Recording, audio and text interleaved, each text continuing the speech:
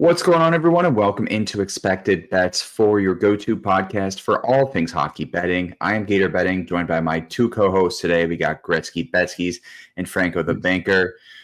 Betsky, we are on to the Utah Mammoth. We have two teams left. Let's start with Utah, though. No more hockey club. I got to be honest. I kind of did like the hockey club name. I know. I didn't mind it, but this is probably better. Yeah. I guess I don't have too strong of an opinion on it, but I did kind of think it was cool for a season. One of the bigger in a lot of ways, it's the inaugural Mammoth season, too. The inaugural Mammoth season, too. True. Last season, they went 38, 31, and 13. They had 89 points, finished sixth in the Central, missed out on the playoffs. Their underlying stats, though, were pretty solid, ranking inside the top 15, 17, besides goals for. But the addition of JJ Peterka should certainly help that out. I guess we'll start there. Not necessarily, I guess, one of the bigger trades this offseason. Yeah. Outside of Dobson, I would say it's probably the second biggest trade this offseason, right? Yeah. Absolutely. Yeah. So. And that obviously Peterka's a huge addition for this team, and it seems like they've been running him with Gunther, and they stacked him with Cooley at one point during preseason. But we've also seen Gunther hating in Peterka too. So they seem pretty hell-bent on making Gunther Peterka work together, which is pretty crazy. Both are very good on the breakout. Both are very good on the rush. This could be a real nasty second line. Yeah, I have a few futures with those two related, but we can get into that in a little bit. In terms of your expectations for this team, right? I've seen a lot of dark horse, not necessarily contenders, but they're almost expected to make the playoffs, I guess, based on the public perception this season. Yeah, which I don't love. Yeah, it does feel. It really does feel like that is the expectation, and that does worry me a little bit because it's, again, if this was a team in the Pacific, I would feel very differently about it. I feel like Utah could outproduce LA and Vancouver fairly confidently. I am not as sure that they can outproduce St. Louis, Winnipeg, Colorado, Dallas, Minnesota, and that was 5 teams, right? Yeah. Yeah, they could probably outproduce Chicago and Nashville. Yes. So, yes. I can confidently say that. And I even, That's the floor. The floor is 6th again in the Central. Yeah. Okay. But, with a team that we're talking about after this one having some injuries, that may really help here too. So we'll see. I really think this is going to depend on the goaltending more so than the offense now. So offense took a big step back from the season previous where they were the Coyotes they were 15th for goals for that year, that last season in Arizona. And then they dropped back down to 21st on a team that you could argue was much better. But with a lot of the injuries they had to the defense, where Sean Jersey and John Marino were pretty much out until February of last year, I think they had to change the way they wanted to play a little bit. And because of that, Vejmelka had an incredible season. Now, that was a career year for him, got himself paid, and I am a little hesitant to just crown him the Veggie King still. So that is my biggest concern, is if he can play even 85% of the performance he had last year, because I think the defense will be stronger and healthier. Yeah, I mean, they do bring in Vanacek, which is a solid backup for him, which is nice for this team. Franco, do you kind of echo this statement that Utah, I mean, we talked about St. Louis, and we were pretty high on St. Louis despite their odds to make the playoffs. Minnesota, another team that I know you were kind of high on that we necessarily weren't, but are you expecting playoffs? I mean, I certainly think they're going to be in the mix, but I mean, I guess let's talk about your percentage of probability that this team's going to make it to the postseason this year? Yeah, I think it's tough. They have to leapfrog Minnesota. That's at a minimum there. Then it gets trickier, though. I mean, St. Louis, we all kind of agreed looked good.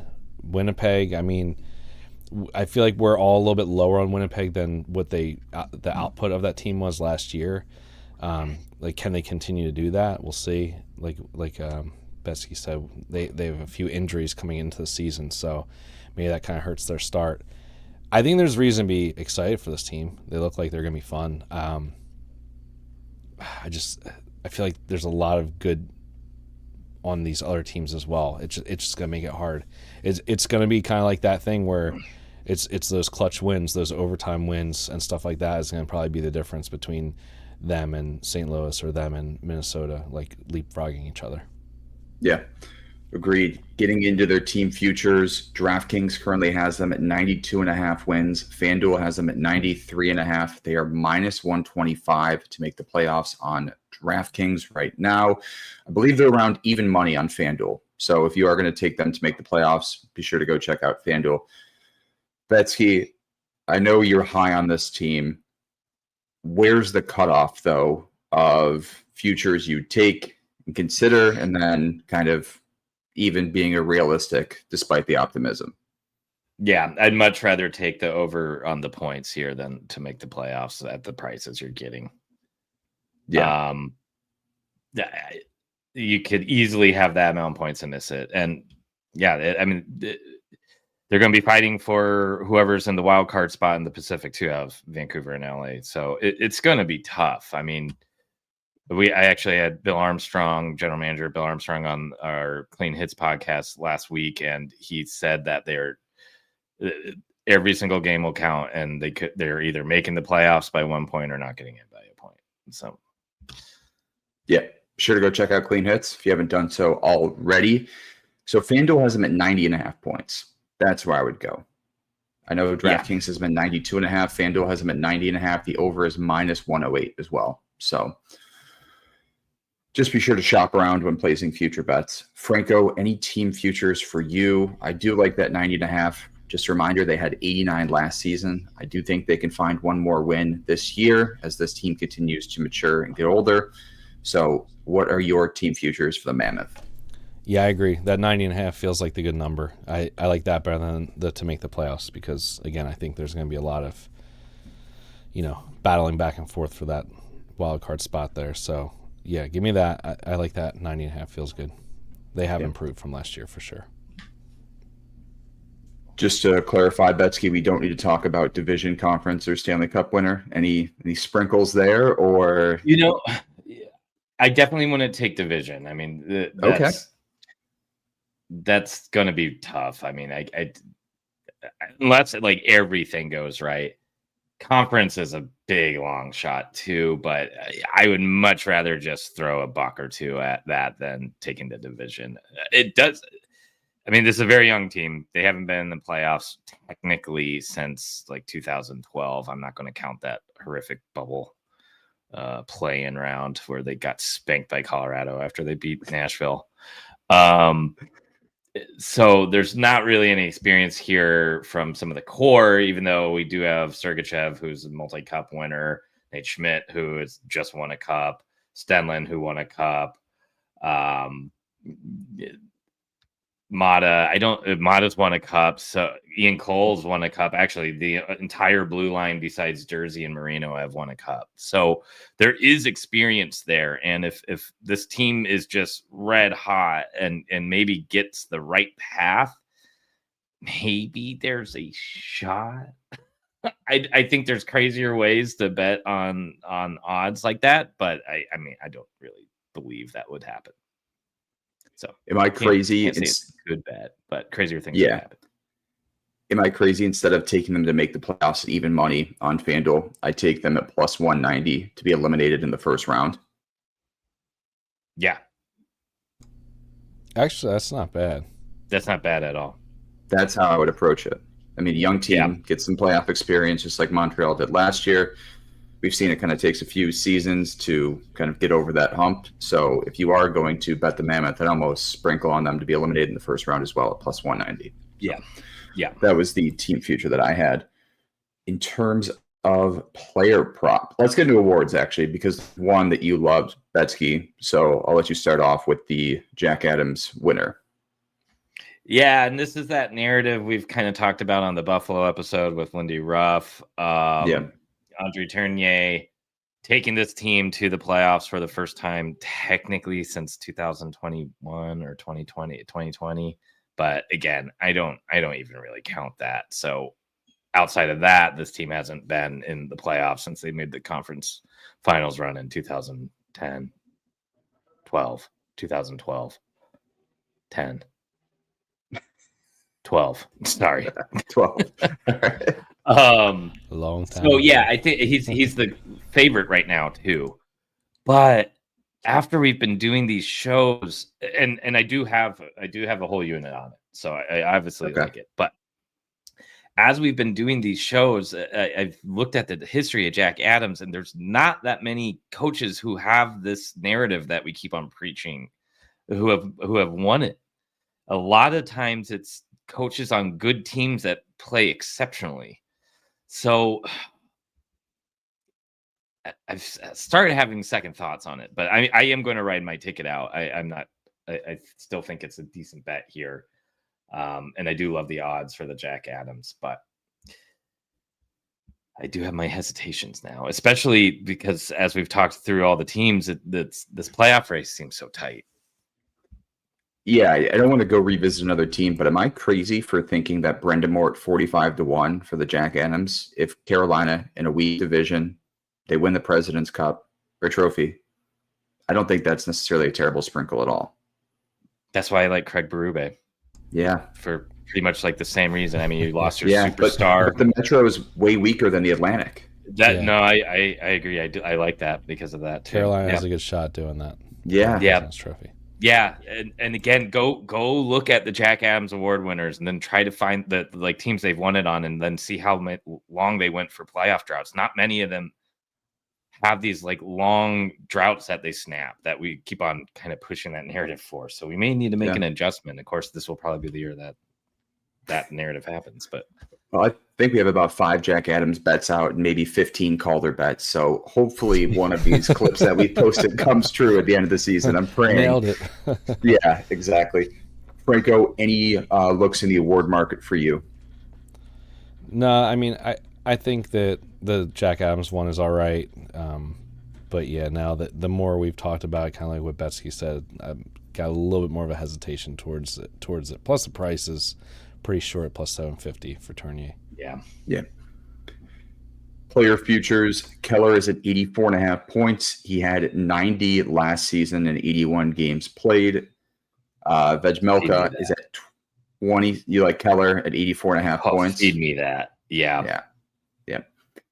And Vejmelka is at 27.5 wins. He had 26 last year in 58 games played.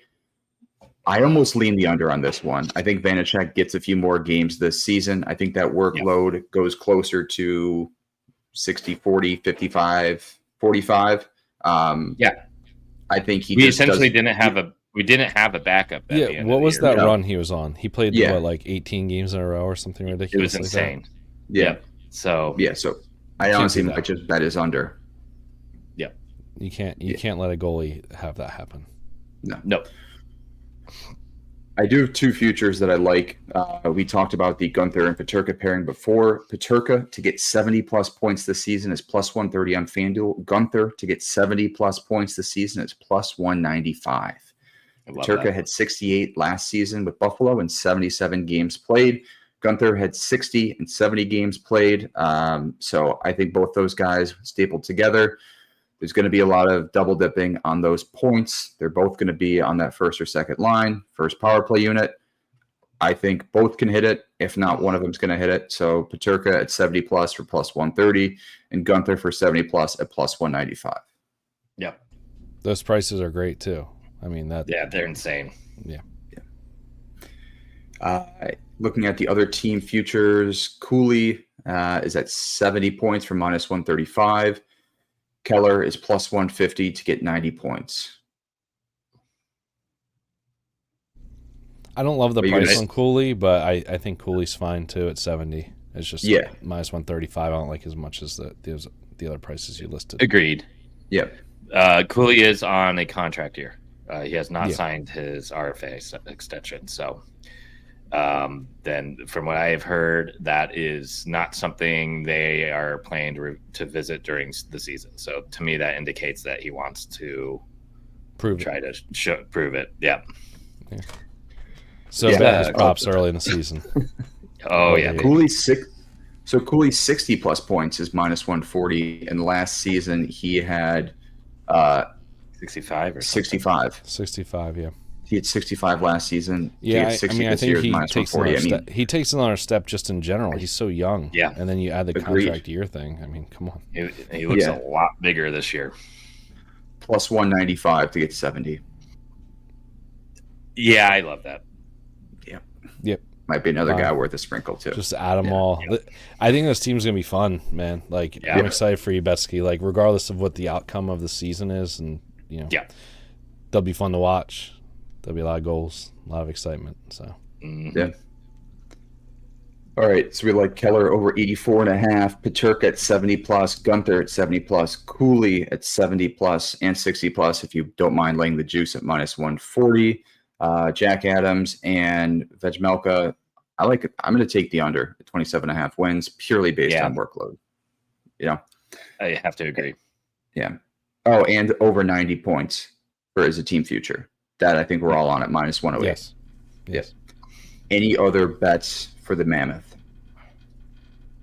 No, Tusk up. Tusk up.